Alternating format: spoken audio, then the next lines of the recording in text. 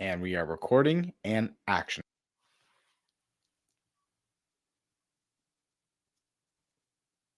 Welcome to the cost of not paying attention.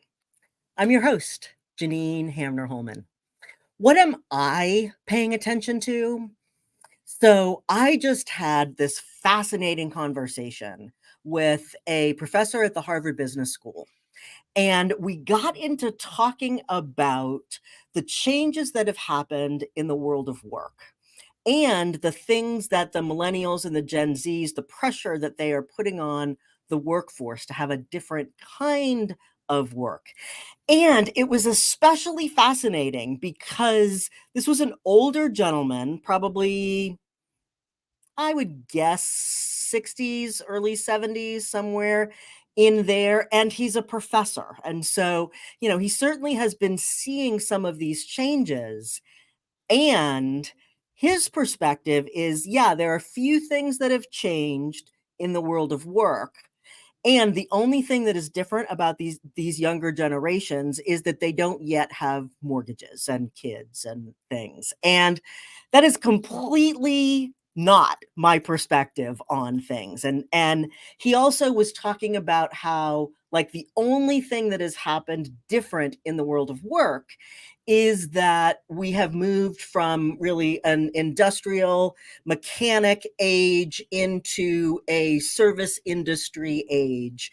And that is calling for a different level of attention to the people in an organization, but, really maybe not so much. And of course, that is not my perspective. And so it was really both challenging and fun to be having this conversation with this gentleman who has such a different idea about things than me. Which brings me right to our guest for today, with whom I expect to have a little bit more synergy.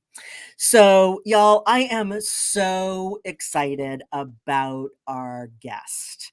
Our guest is the amazing Stephen M.R. Covey. So, Stephen Covey is the author of Speed of Trust and his newer book, Trust and Inspire.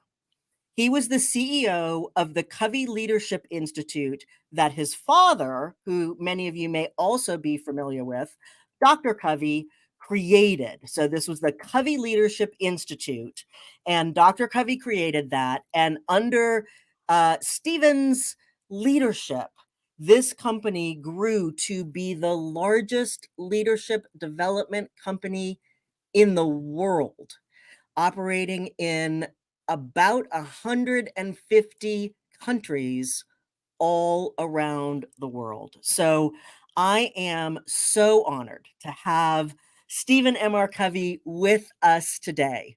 Welcome to the show, Stephen. Wow. Well, thank you, Janine.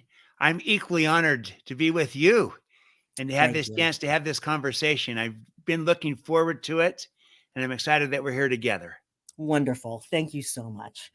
So tell me, Stephen, what is something that you have become aware of that we're not paying enough attention to?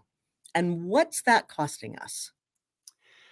I would say this, because there's a lot of different things, but let me, Yes. let me say that kind of the whole basis of this new book, Trust and Mm, Inspire, what we haven't paid attention to is kind of, I'm going to call it our leadership style. hmm But I'll even go further and say our leadership paradigm of how Yeah. we view people, how we view leadership. It's too much kind of trapped in the old model, the old way of thinking, the traditional approach to leadership. And I give a name to it in the book. I call it command and control. Yep. Now, what's happened is we become better at doing it. We become more We just advanced. repackaged It's command and repackaged. control. It's the new and improved version, right? So it's a more advanced version of it, a more sophisticated. So I call that enlightened command and control, which is the Yes. new, better version of it. But Right. the paradigm of how The we view people, mindset. the mindset, Yeah. how we view people, how we view leadership is still more the old model, the traditional Yep. model. It's kind of juiced up with kindness and some good things about it and some mission and trustworthiness and things, but still too much of a people, a thing paradigm, an efficiency paradigm. Yeah. So I think we need to pay attention to how we're leading and to the style of leadership that we're Mm. employing and that of our organization, because there is a high cost to leading with the old command and Mm. control model, Mhm. because the cost is that we're less and less relevant by the day Yeah. with the people that we're leading. Because I tend to agree with you, Janine, that I'm more probably aligned with you than Yep. with this Harvard professor you mentioned that is saying there's not that many changes. I think there's been a lot of changes Right. in a whole host of arenas, including technology, for just Yes. one, where there's disruption now everywhere, but also not only has the nature of work changed through, to from the, industrial age into a knowledge worker age, and the Yep. service model is far more collaborative. It's far more Yes. interdependent. And these younger generations, in particular Gen Z, but also even millennials, have a completely different expectation Right. of how they want to be engaged. Plus, now the workplace has changed quite a bit with, work from home, work from anywhere, remote work, hybrid Yep. work, intentionally Yep. flexible work options that weren't that prevalent a few years ago. Nope. And then there's so many choices and options today in a way that people didn't have before, where I can live Right. here, work there, and suddenly have all these options. So all these forces of change have put a premium on making sure that we have a style of leadership that is relevant for our time, for That's this right. new world of work. I like to say a new world of work requires a new way to lead. And the old way, command and control, even the best version of it, the enlightened command and control, is not relevant. We won't attract Amen, and brother. retain the top talent. We won't collaborate and innovate to stay relevant in this changing world with command and control.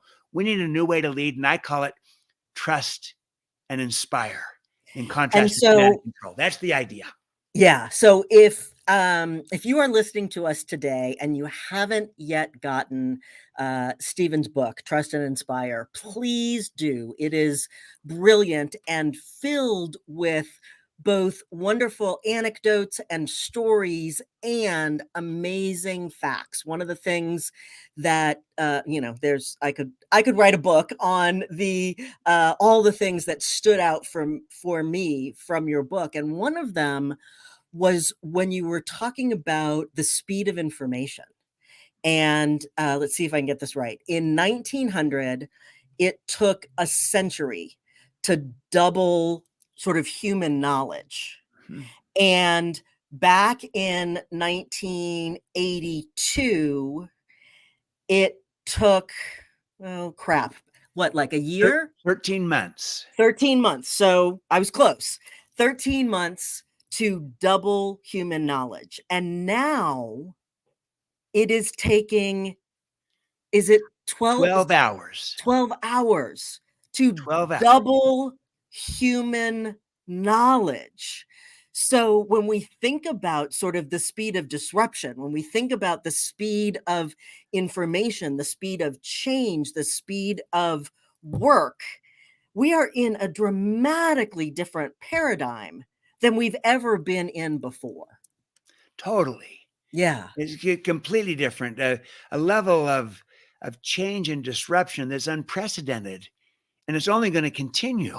right. The pace of change, the amount of change, the type of change, unprecedented. And now we're seeing what's going to happen we're just in the front end of artificial intelligence. Right. And, and all the implications that will flow out of that we've yet to factor in and Right. experience. So all of this is just hitting us in new and different ways. And that's all part of the forces of change that Right. change the nature of work today and that require a different way of leading today. So I want to get into both trust and inspire.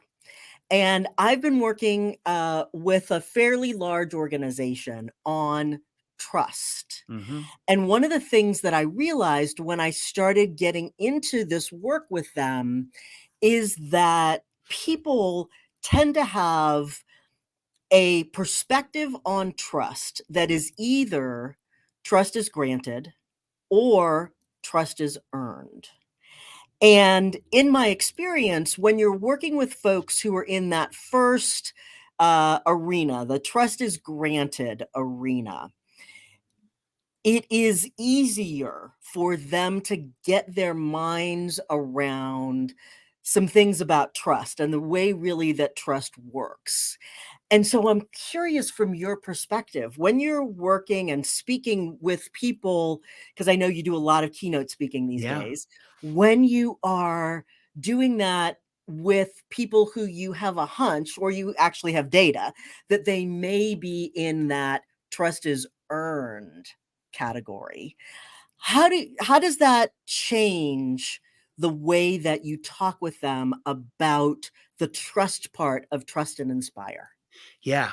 Well, here's the thing, that they're partly right. They're half Yeah. right, Yeah. because I like to make the point that trust is earned.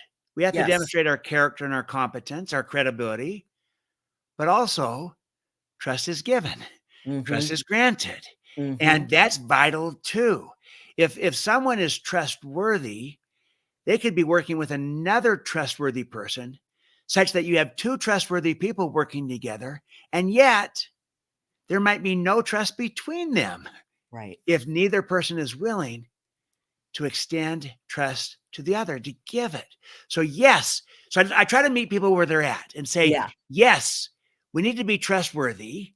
We as leaders are people as a team, Yep. but it's not enough to merely be trustworthy, because you could have trustworthy people working together and no trust between them. Yeah. So, in addition to being trustworthy, which we earn, Yes. we as leaders need to be trusting, which we give, which we grant. Yeah. And I find, as I look at that simple formula of trustworthiness times trusting equaling trust, a high trust team, high trust culture, that the Yep. greater gap in the creation of trust is less that people aren't trustworthy. Sometimes that's the case, Right. but it's less that they haven't earned it. And it's more on the side that we're not trusting enough. We're not giving enough trust.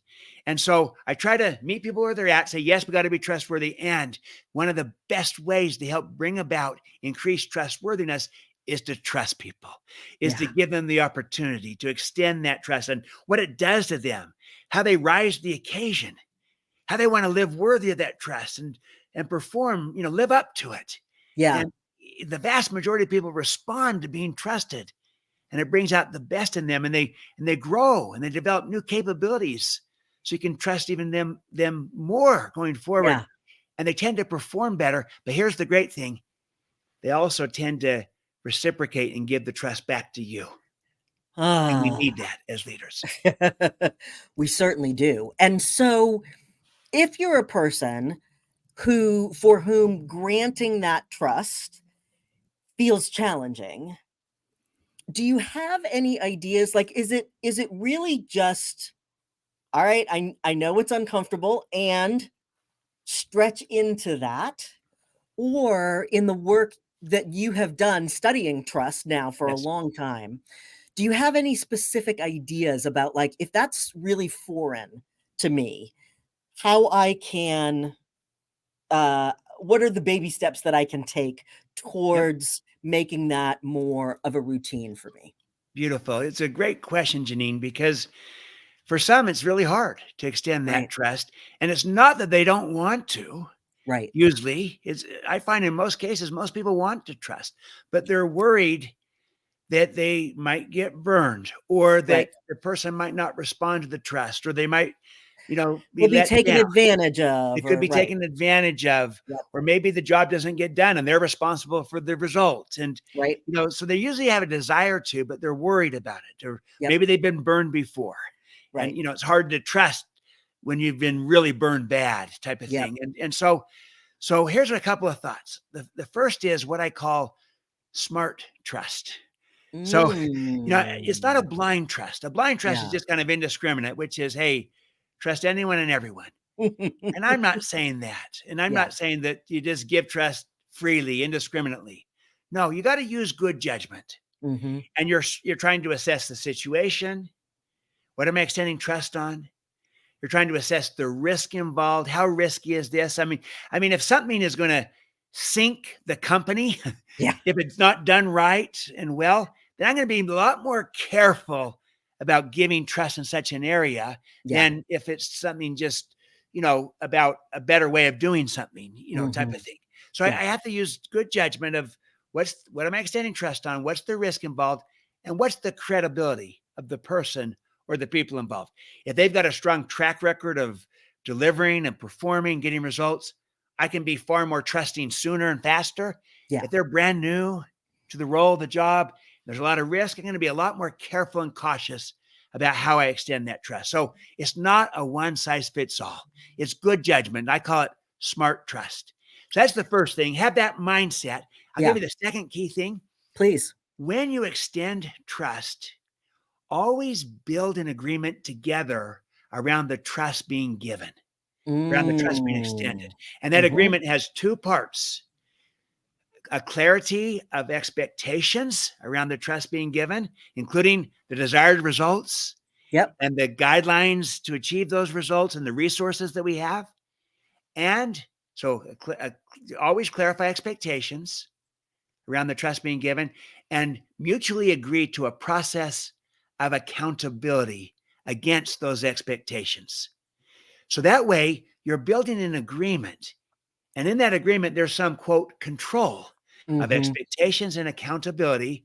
And suddenly, if I have built that agreement with the other person, then when I'm extending trust to them, it's not, again, just a blind trust that's indiscriminate without accountability. No, it's a smart trust with clear Mhm. expectations, with an agreed upon process for accountability to those expectations. But suddenly the person feels empowered, but I've not lost control. It's just Right. I've shifted my control from me having to hover over and micromanage their every move to we have an agreement in place, and this person is going to report back frequently on this agreement. And if the trust is kind of being earned, I have them report back more frequently. Yeah. If the trust has really been established and is strong, maybe they just report back routinely. So, Mhm. it's again, I can tailor it to the Yeah. situation and to the person, to the trust being extended.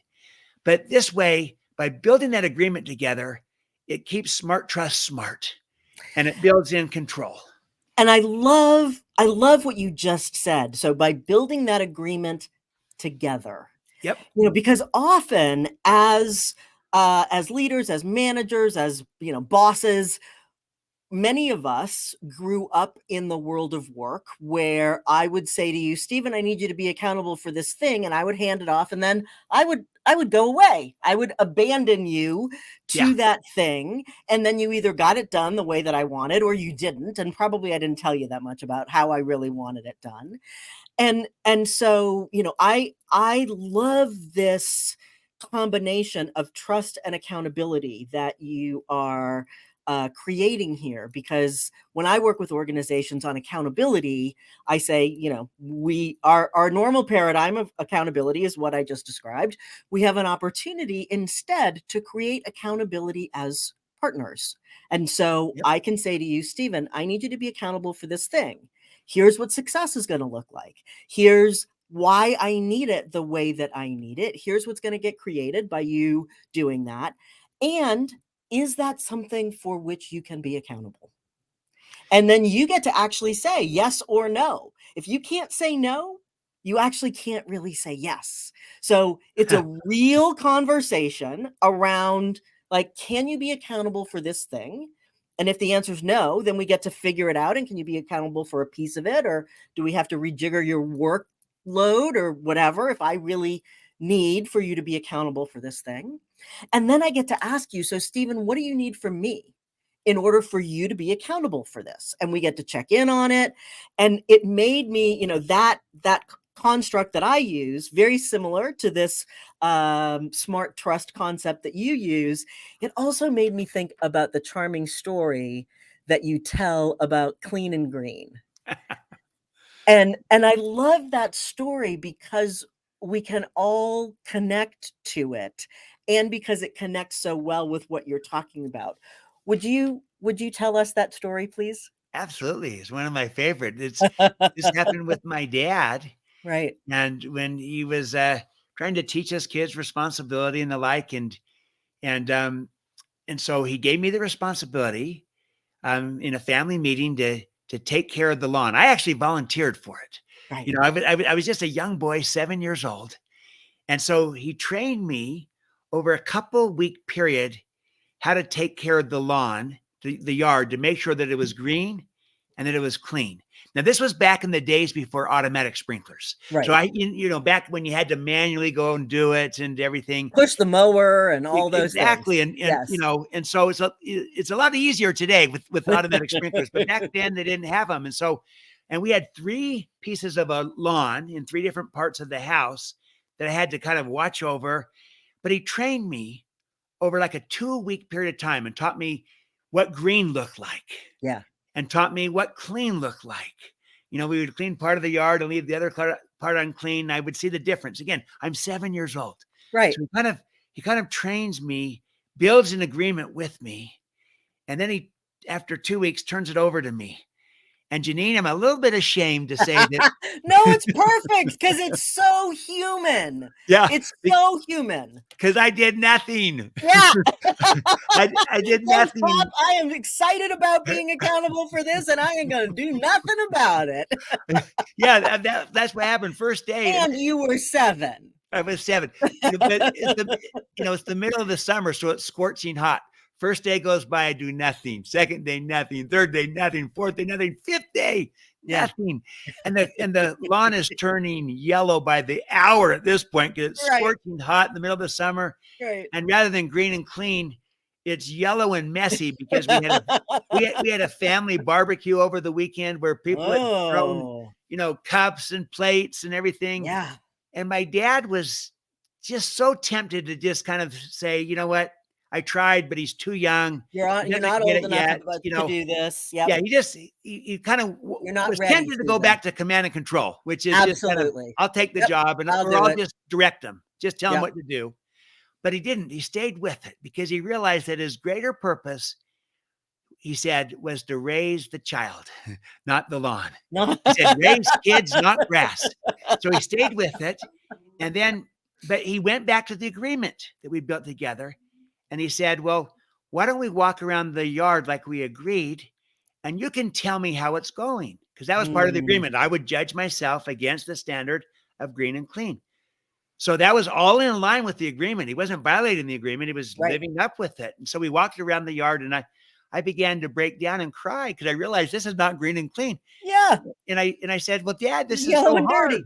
This is so hard. He It said, is so well, what's hard, hard, son? Daddy. You haven't done one thing yet. But what was hard was me to learn to take responsibility, to take initiative, to own it, to be accountable. And I And that's realized, usually what's hard. yeah, it That's is. usually the part that's hard. But my dad had agreed that he would help me if he had time. And so I said, Dad, you have time? Would you help me? He says, I've got time. So I ran into the house and I got 2 garbage sacks. And I took one and I gave one to my dad. And then I began to instruct him and said, Dad, would you go over there and pick up that garbage? Because it makes me want to vomit. And he says, Right. he said, I'm your helper. I'll do whatever you want. It was at So that great. moment I realized this is my job. I own this. Look, my dad is responding to what I'm telling him to do. He's my helper. I'm in charge. You're the boss. I'm the boss. And I realized Yeah. at that time, I own this job. And I began to take responsibility from that day forward. I began to see myself differently as I'm capable, I'm responsible. And I took care of that lawn and it was green and it was clean, not only for that summer, but actually, Janine, for many, many summers to come. And I rose to the occasion.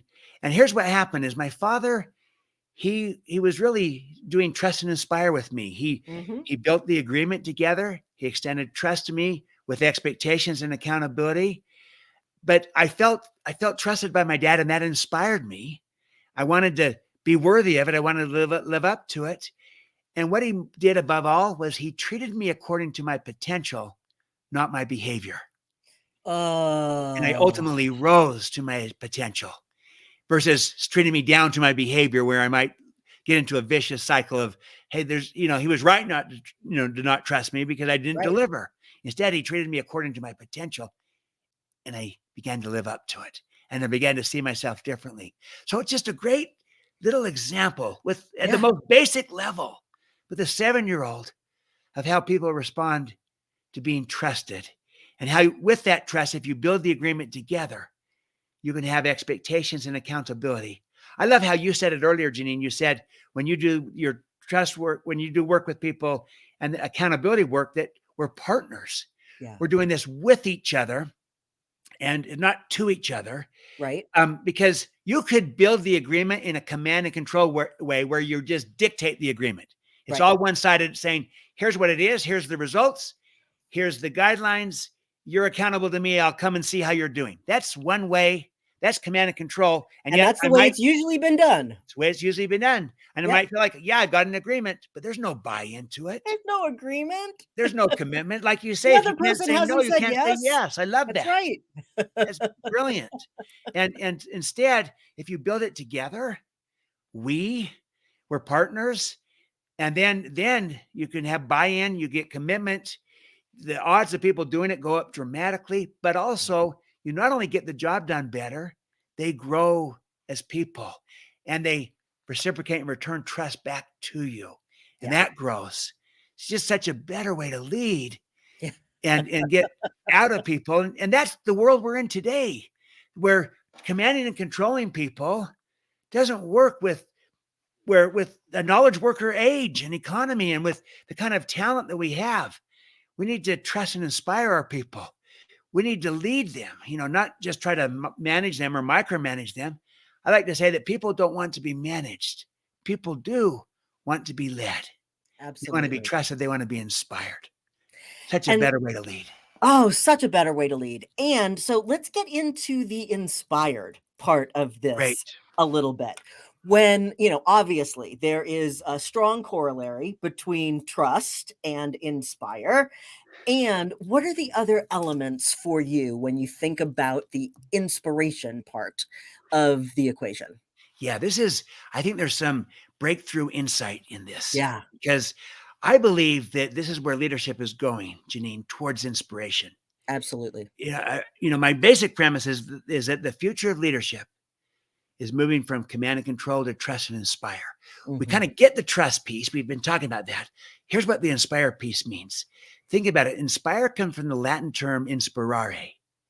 It means to breathe life into.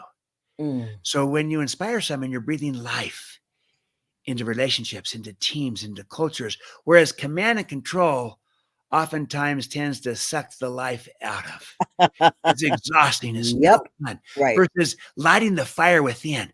But Trust and Inspire starts with the idea that inside of everyone, there's an inner fire. If that fire can get lit, and it usually is lit internally by the person, like it was for me as a 7-year-old, where Right. I realized I own this job. My dad believes in me and he trusts me. The fire was lit inside of me. That fire, once lit, can burn on for months, if not years, without Mhm. the need for constant external stimuli. I moved from mere motivation to real inspiration. See, motivation is external, extrinsic, Mhm. outside of me. So it's heavy carrot and stick motivation, heavy Yeah, rewards. Nothing inherently wrong with that. It's just incomplete. Do rewards work? Sure, they sure. motivate people to want to get more rewards. We got Right. to constantly provide more external stimuli, Cookies. more rewards, more carrots, or more Right. sticks. Whereas inspiration is internal, it's intrinsic, it's inside of people. You light that fire within, it can burn on for months without the need for external stimuli. And to tap into that, you can go to a whole different place. And, Mhm. and people want to be inspired today, especially today. And Especially today. Yes. yeah, and so a study from Zanger Folkman, they looked at the top competencies that people want from their leaders, Hmm. and they assessed 16 different competencies of what I want as a direct report to a leader, and this is at any level. So it could be Yep. a individual contributor with an immediate supervisor, but it could be a senior leader to a higher senior leader. What do I want Yep. from my leader? The number one thing that they wanted by far was a leader who inspires those about him or her. Mm-hmm. They inspire by who they are and by how they lead and by connecting really to why it matters. And so the basic premise is this, that inspiring others is not only the greatest leadership need today, but inspiring others is actually a learnable skill Mm-hmm. that everyone can inspire us, not just for the charismatic. We've too often conflated inspiration with charisma, thinking, hey, if I'm going to inspire people, I got to be charismatic. And that's just not me. No, they're Yeah. different. Right. I know some people who are charismatic, but who are not inspiring. And I know others who no one would describe as charismatic, Right. but who are extraordinarily inspiring because of who they are and how they lead and how they care, how they Right. connect. Right. It's You know, different.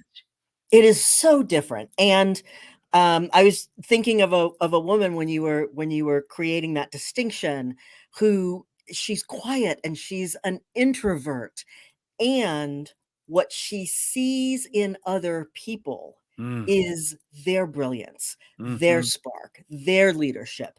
She holds people as great or greater than they know themselves to be. And we want that kind of leadership. It's not the, can stand up in front of 100,000 people and give an amazing speech. That's nice, but what we really want is people who pull for us, who pull for the best in us, who are a stand for the best in us and can tease that out of us largely through showing that they actually care about who we are, what we're up to, not just as a producer of work, but as a human being. And Beautiful. so I love the way that you tease that out in your book, Trust and Inspire. Beautiful. I love it. And you said it beautifully.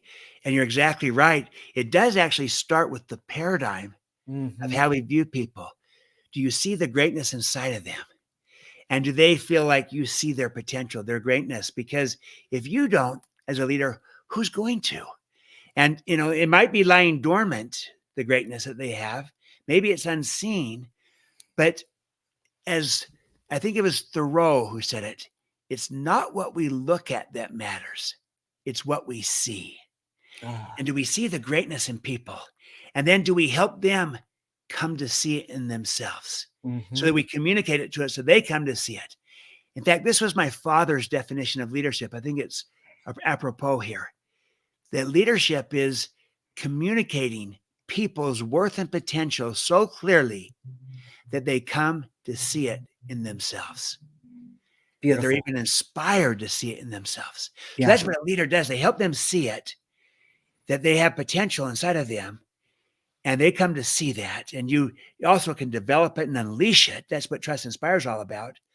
But then I love how you've highlighted that the attribute, that the element that will make this real to people is genuine caring, Yeah.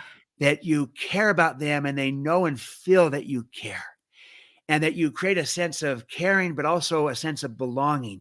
They're part of this. Their identity is tied to being part of this team. And the reason caring and belonging are so powerful for people is because they feel that. They feel Right. caring and belonging. And I think it was Maya Angelou who said, I've learned that people will forget what you said, Yep. people will forget what you did, but people will never forget how you made them feel. Yep. And people feel that sense of caring and belonging. And that's what a leader can do. They can demonstrate caring and create a sense of belonging. And that doing that will inspire others. And then when you add one more piece to it, when you connect people to purpose Mm, and to meaning and to contribution, that also will inspire them. So my solution for inspiring is that we connect with people mhm. through a sense of caring and belonging. And then we connect people to purpose and to meaning and to contribution. And that combination, connecting with people, connecting to purpose, is will inspire others. And we can learn to get good at that. We absolutely can. It's the reason with any organization that I do an engagement with, I start with what's your mission. And if you're Beautiful. not clear on what your mission is, what's your purpose? Why do you exist? I'm working with a trash company right now. And when I first said to them, so why do you exist? They said, well, we exist to pick up the trash. Like, yeah, no. Like that's what you're doing, but Right. they are a family-owned business, and for 60 years, they have never laid off anybody in this company. And certainly, there have been ups and downs in the economy, and they hire from within first. And, like they have all of these elements of what makes them a great place to work, what makes them an amazing organization. And so helping tease that out from them about really what is your company about?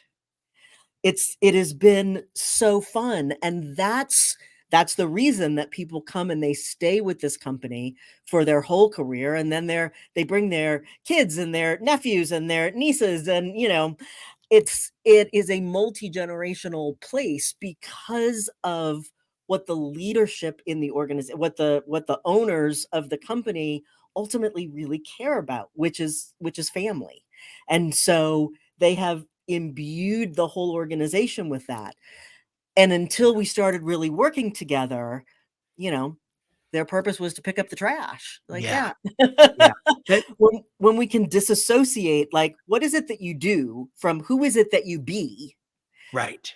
Like, that's then when people get really excited. And that's why people have stayed with this company for generations, Beautiful. because it's who they be. It's who they be. See, Yeah. command and control that focuses on what we do, trust and inspire it's on who we are, Yeah. who we be. Yeah. This is our essence. And that's a great illustration also of how you can create and embed purpose, meaning, and contribution into almost any role, into almost any organization. I mean, there's Yep. a company that's about what they do is pick up the trash. And yet you have created and embedded, they have purpose, meaning, and contribution Yep. into their organization through this sense of family and into any role. That's a really powerful learning because sometimes people think, well, our work, we're not curing cancer. Right. Well, they're not curing cancer either. They're picking up trash, but they've created this sense of purpose with who they are, what they're Right. about. I was Yep. with Pepperdine University, Mhm. great university, and their School of Business, the Graziato School of Business. This was their old purpose, and then here's their new one. The old one was to produce leaders who are best in the world. Mm. And that's a good purpose, because Fine. you got, world-class leaders, it's that. But Right. then they went to another level when they said, how about our purpose become this? To produce leaders who are best for the world, best for the Ah. world leaders. Now, Ah. suddenly, now I'm tapping into something even greater. I'm really Yeah. inspiring my people from the professors to the staff members to the janitors. I'm Yes. all about producing best for the world leaders. And I'm tapping into what purpose can do to inspire people. So there's such a power to this. Connect with people through that sense of caring and belonging, and then connect people to purpose and to meaning and to contribution. And we can learn to inspire those around us. And in fact, I argue that inspiring others not only is the greatest leadership need today, Mhm. but inspiring others is a stewardship we have as a leader. It is a Mm. responsibility that is Mhm. implicit in leadership. There's three of them: to model, to trust, and to inspire. To model the behavior you'd like to see, to trust and to extend that trust, Yep. to bring out the best in others, and to inspire by connecting with people and connecting to purpose. Those are stewardships that we have as a leader. And it's what our people can and should expect of us. And it's what we can provide our people and lead in a whole new way so that we become aware of our leadership style and our leadership paradigm of how we view people, how we view leadership. We are stewards, and leadership is stewardship. And our job as a leader is to go first. because someone needs to go first. Leaders go first. Amen. Well, Stephen, you have inspired me. Thank you for all of the work that you have done through your career on trust. I mean, when I think of trust, the person I think of is Stephen M. R. Covey. So Thank thank you. you for, thank you for that leadership. Thank you for the inspiration that you create. Thank you for spreading this message. You are a wonderful messenger for this message. Thank you for continuing your dad's legacy and everything that he created, that you've been able to continue to move forward in the world. And thank you for being here with us today. It has truly been my honor to be with you. Thank you, Janine. I appreciate your kindness and generosity to me. And I feel like I'm a steward with a legacy. I'm trying my best to live up to it and to perpetuate it. So I feel humbled by what you just said. And so I thank you for that. And also, I really believe that we not only need this kind of leadership in our organizations and in our teams, I also believe that we need this kind of trust inspired leadership in our homes, In our in families, our in families. our houses of worship. Yeah, Yes, and in our communities, and in our right, service organizations and places of worship and other places that matter to us, right. because we have so much of the other, the traditional command and control. We need models of a better way to lead in today's world. We need models who can become mentors to help others become that. And so I'm confident that your listeners Mm, for today and beyond can yes. become the models of the kind of leadership needed today, trust and inspire, who can then become mentors and help elevate not only our teams and our organizations, but ultimately our neighborhoods and our communities, and ultimately our world. And that's what we need today. And I'm believing that I'm speaking to the models to take trust and inspire leadership forward. So thank you for this honor to be with you, Janine, and with your tremendous audience. Oh, Grateful. my pleasure. I am Janine Hamner Holman, and this has been The Cost of Not Paying Attention. Remember, great leaders make great teams. Until next time.